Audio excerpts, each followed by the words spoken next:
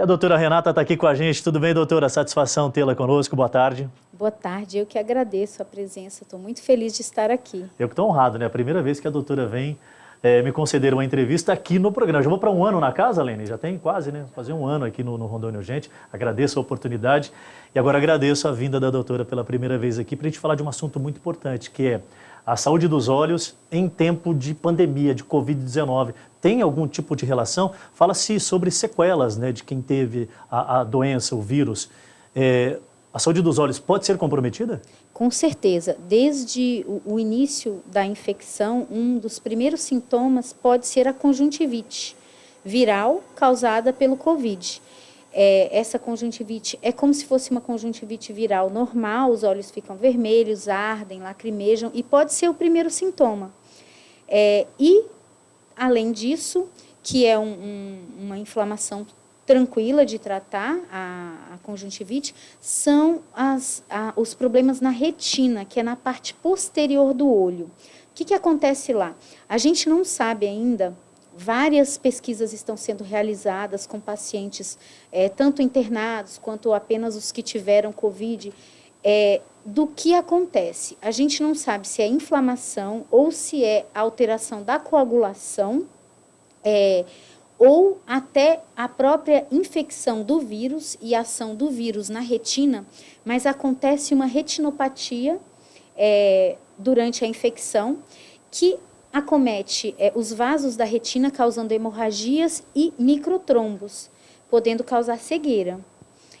Outras coisas que acontecem também são alterações até do músculo do olho. Eu peguei pacientes que tiveram uma piora do estrabismo, que é aquele olho torto, ou até um estrabismo onde não existia. Existe também muitos pacientes que relatam piora da visão, mesmo sem a gente achar alteração nenhuma na retina, e que notam que a visão piorou, uma progressão de grau. Outra coisa que é muito importante é que quando a retina é acometida, a gente tem que ficar alerta, porque pode ser um dos sintomas iniciais de alteração neurológica no cérebro. Doutora, pergunto, as pessoas, todos esses indícios aí de algum tipo de problema que pode ter sido ocasionado pelo vírus, eles se manifestam prontamente ou eles são meio silenciosos e depois pode chegar a uma fase aguda sem que eu perceba que eu tive algum tipo de problema nesse aspecto? E aí eu complemento. Eu tive Covid, que hora que eu tenho que fazer um check-up para tentar diagnosticar o quanto antes se eu tive algum tipo de comprometimento na minha visão? Com certeza, assim que você tratou a infecção, é muito importante você fazer o seu check-up. Outra coisa, o tratamento do Covid, às vezes, o tratamento das complicações, a gente usa corticoide. E aí, o que acontece? O corticoide, ele pode afetar o olho, ele é muito importante no tratamento, principalmente pulmonar, mas é importante saber que ele tem efeitos colaterais nos olhos, como catarata e até um aumento da pressão intraocular, o glaucoma, por uso excessivo de corticoide. Então, o importante é buscar logo um profissional, um médico, né, especialista da área, para fazer mesmo que seja um exame de rotina. Mesmo que eu não tenha habitualmente a necessidade do uso do óculos ou algo do gênero, seria importante buscar esse recurso, doutora? Com certeza, até porque glaucoma é uma doença silenciosa e não tem sintomas, geralmente. E pode ser potencializado de alguma forma negativamente pelo vírus. Com certeza. A alternativa é procurar um oftalmologista o quanto antes. Eu queria pegar o gancho, e a gente está vivendo um momento já do período do verão amazônico, né? Muita poeira, muita fumaça. Que relação direta isso implica na saúde das pessoas, principalmente nos olhos? Olha, essa pergunta, quando eu saí de casa e eu fui para o hospital trabalhar, eu vi aquela fumaça e eu falei, nossa, o Adilson podia me perguntar sobre isso. E você fez a pergunta, olha. Pode afetar muito, aumenta imensamente os casos de conjuntivite alérgica. O paciente começa a coçar o olho começa a ficar vermelho, sensação de corpo estranho, lacrimejamento. E tem que fazer tratamento, porque geralmente as pessoas que têm essas alergias, elas são muito pioradas com a fumaça, e aí se não trata, ela faz uma cronicidade e também começa a coçar o olho, que pode desenvolver várias outras doenças. É importante também não coçar o olho e procurar o oftalmologista. E aquele jeitinho brasileiro também não é recomendado. Olha, estou com conjuntivite, tem um remedinho que a mamãe, que a vovó recomenda. Não é legal fazer isso sem buscar um especialista, né, doutora? Com certeza não. Por quê? Porque o olho ele é pequenininho, então qualquer alteração pode piorar muito o prognóstico, o tratamento. E conjuntivites, por exemplo, existe conjuntivite bacteriana que causa uma úlcera, e se ela é tratada como conjuntivite viral ou alérgica, que geralmente inclui um pouquinho de corticoide, a úlcera pode perfurar e ela evoluir para um transplante de córnea ou até uma cegueira. Então, no olho não se pinga nada, a não ser quando for prescrito pelo oftalmologista. Tem que haver a prescrição. Aquela história de ir na farmácia, olha, me dá um colírio aí para lubrificar. Não, negativo, porque cada fármaco tem uma especificação para um propósito específico, seria? Exatamente. E Não que seja um medicamento inadequado, que não tenha eficiência, é porque não é adequado para o problema específico que a pessoa acaba enfrentando. Exatamente. Tem que haver a consulta. A questão da síndrome do olho seco, tem algo relacionado também a esses problemas da poluição que nós temos? Com certeza, e a gente está no Julho Turquesa, que é o mês de conscientização do olho seco, uma coisa que afeta milhões de pessoas no mundo inteiro, não só num lugar que tem a poluição, mas também pelo excesso de ar-condicionado, de telas, que a gente pisca muito menos usando a tela, e claro, a fumaça, esse clima seco que vem agora nessa época do ano aqui no estado, ele piora muito o olho, a superfície ocular, dando olho seco. E o que o olho seco pode causar? Primeiro, só uma sensação de corpo estranho, de areia, um desconforto, mas ele pode causar piora da visão, porque o olho seco ele pode causar uma ceratite, que é como se fosse, sabe o para-brisa do carro? Quando a gente passa na lama e fica cheio de pontinho de lama, a córnea é como se fosse o para-brisa do olho. E quando ele está seco, ele fica cheio desses pontinhos, como se fosse um monte de areia, e a visão piora. Então, tem que fazer tratamento. Existem também doenças que aumentam também o olho seco, e aí nessa época do ano piora, como síndrome de Sjögren, artrites, algumas doenças autoimunes também pioram e dão esse olho seco mais severo. Se eu tenho a síndrome do olho seco, eu tenho que tratar, evidentemente, com a orientação do médico, né, seguindo aí a prescrição. Ponto. Exatamente. Há algo que eu posso fazer para não ter a síndrome do olho seco? Qual o comportamento do ser humano, com os cuidados que deve se ter para não ser acometido a esse tipo de problema? Excelente pergunta. Primeiro, evitar ventilador no rosto direto, ar-condicionado batendo no olho. São dois pontos que é muito comum as pessoas fazerem, porque quem não usa um ventilador ou um ar-condicionado numa região tão quente quanto a nossa? Exatamente, agora, isso não é luxo. Direto no olho é um problema. É um problema. Quando tiver na frente das telas, tanto computador, celular, os iPads, piscar. Tenta piscar mais vezes, porque a pessoa pisca muito menos. E aí o piscar é o que faz liberar da glândula lacrimal a lágrima. A fixação do olhar na tela é um problema que você pode desencadear uma série de outras questões. Exatamente. Piscar exercita e lubrifica. Exatamente. Naturalmente. E descansa também a musculatura do olho, diminuindo aquela dor, aquele cansaço, peso no olho no final do dia. E aí, esfregar o olho jamais? Nunca esfregar o olho. O mês passado foi o Junho Violeta, que foi o mês de conscientização do ceratocone. E o que eu falo, se você puder não coçar o olho, é a melhor coisa que você já faz. Que se essa entrevista resultar na pessoa não coçar o olho, eu já falo, Adilson, você salvou muitos olhos. Atenção, meu telespectador, minha telespectadora. Estou falando aqui com uma profissional que, olha, a cada dia vem buscando mais e mais conhecimento, especializações, e essa dica vale ouro. Vale. Né? Não coçar o olho jamais. Agora, se eu tiver que coçar o olho, existe um método que seja menos agressivo? Não, existe medicação e, claro, se você for coçar só na beiradinha, não encostando no olho, é menos pior, se eu mas conseguir não o resultado é bom. sem encostar no olho, simplesmente nas proximidades? Só que você pode levar o Covid para o olho, porque a mão vai em tudo quanto é canto. Vai coçar, doutora, não tem milagre. Então, evite tocar diretamente. Existem colírios que tiram a coceira imediatamente. Sim. Se você tem isso com frequência, é importante também. Aí a importância de passar por um oftalmo, né? Exatamente. Que daí você já identifica. Doutora, a senhora fica com a gente mais um pouquinho? Com certeza. Me dá um minutinho, porque eu quero também saber sobre a questão das crianças, né? A senhora falou, olha, para a gente evitar, por exemplo, algum tipo de problema, a fixação do olhar nas telas. O adulto acaba entendendo, né? Pelo menos se não entender, porque não quer, pelo amor de Deus, né? Agora, a criança é um fator meio delicado. E é muito comum, as crianças hoje estão usando demais, eu acredito, as telas. Essa história de ficar o tempo todo no telefone. Ah, moleque, não me enche o saco não, pega o telefone. Problema na certa. Com certeza. O que acontece? Se você olhar a Sociedade de Pediatria e a de Oftalmologia Pediátrica, elas pedem para crianças menores de 2 anos não usarem tela, tá? Nenhum tipo de tela. E após os 2 anos, no máximo 2 horas por dia. O que acontece?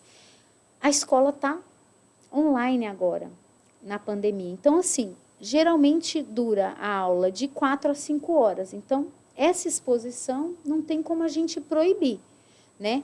Mas eu acho que os pais, hoje, por mais difícil que seja, por mais cansados que estejam, eles têm que fazer o horário para usar a tela, porque realmente a tela tem sido motivo de aumentos de miopia, de doenças oculares, como olho seco em criança. Antigamente, se você me perguntasse uns 5, 6 anos atrás se tinha criança com olho seco, não tinha, a não ser que tivesse alguma doença autoimune. Seria uma raridade. Hoje é comum você ver. Existe hoje uma especialidade na oftalmologia, que é a oftalmopediatria. O Hospital de Olhos Veloso tem a doutora Camille, que é especialista em criança, então ela consegue fazer exame em criança de 0 anos, a partir de 0 anos. E, por exemplo, você é meu paciente, então você faz aquele exame, é melhor esse ou esse? Para você é difícil?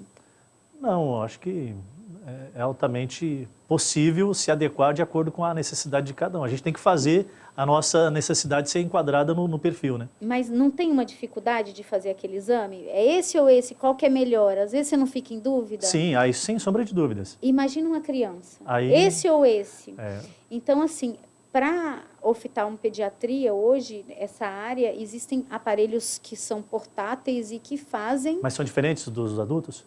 Alguns são iguais, outros são diferentes. Que é justamente para trazer essa facilidade de a criança conseguir aceitar, né, o exame. Sem precisar da opinião dela no exame. Entendeu? Perfeito. Mas isso tem que ser um especialista em criança, Agora, porque doutor, é mais eu estou vendo aqui difícil. o programa, eu estou vendo o Honorato entrevistar a doutora Renata Veloso, e ela disse, olha, criança não pode usar. Doutora, faz o teu filho não usar, eu quero ver. E meu filho está usando e eu não estou percebendo nada, está tudo lindo, não aconteceu nada. Pode ser que você não perceba num primeiro momento, mas isso pode se manifestar um pouco mais tarde. Isso acontece? Por exemplo, se você nota a criança franzindo, dando ruguinha na testa perfeita da criança. Atenção, ela não está enxergando para longe. A criança começa a aproximar da tela. Visão de longe com problema. A criança que O estrabismo também advém dessa questão dessas fixações de olhares em telas? Piora, mas o estrabismo pode ser, a criança pode nascer estrábica ou ela pode desenvolver um estrabismo, geralmente na primeira infância, e estrabismo cega. Tá? Por que cega? Porque um olho olha aqui, o outro olha para cá ou para lá. E o que acontece? O cérebro não consegue olhar para cá e para lá, ele deleta a visão do olho torto. Um olho normal, perfeito, que após os 7, 8 anos de idade, se não tratados, perde a função e a pessoa perde a visão. Então, o estrabismo é uma doença seríssima que tem que ser tratada antes dos 8 anos de idade. De preferência antes dos 7, que é o período que o olho se forma. Tratada. Você corrige? Tem solução? Por exemplo, a doutora Camille faz cirurgia de estrabismo. Ela trata primeiro a ambliopia, a gente trata primeiro com tampão e com óculos, corrige a visão da criança, a criança volta a enxergar, quando ela estiver enxergando, é realizada a cirurgia para que o olho volte a ficar normal, para que não precise mais de tampão. Quando a doutora fala em cirurgia, assusta. Agora eu pergunto, E aí eu acho que a grande maioria das pessoas que estão nos assistindo gostaria de saber. Os tratamentos cirúrgicos estão ficando menos invasivos? Tecnologias estão acontecendo, já é uma realidade, principalmente aqui em Rondônia, de tratamentos diferenciados? Sim, o tratamento de estrabismo aqui em Rondônia, lá no hospital, a gente está com a última tecnologia. O que acontece? É uma cirurgia... Só para deixar claro para a audiência, o Hospital de Olhos Veloso é onde a doutora atende, fica ali na Avenida Calama, né, Pianta? Qual o número lá? 1350. A altura do número 1350 é super tradicional e eu até deixei mais para o finalzinho para a gente falar sobre isso. Eles passaram por uma reformulação estrutural, fisicamente falando, muito impactante, mas não só essa parte estética, né? Tecnologicamente também, investimentos em equipamentos incríveis, né, doutora? Exatamente. A gente está com tecnologia de última geração em todas as áreas, inclusive no estrabismo, que essa área é da doutora Camille. Eu sei porque a gente estuda oftalmologia geral, mas, por exemplo, eu não faço cirurgia de estrabismo. Quem faz é a doutora Camille. Doutora Camille, que está na live aí, Pianta? Beijo, doutora! Beijo. Hoje ela fez uma cirurgia, fez a cirurgia. Tá? Exatamente. E o que acontece? Recuperação rápida? A cirurgia do estrabismo, ela não é dentro do olho, ela é fora, porque os músculos são fora, né? Tem os oblíquos em cima e embaixo e os médio e o lateral, que são os retos, né? E o superior e o inferior. Então, esses músculos, eles não ficam dentro do olho. Então, é uma cirurgia externa.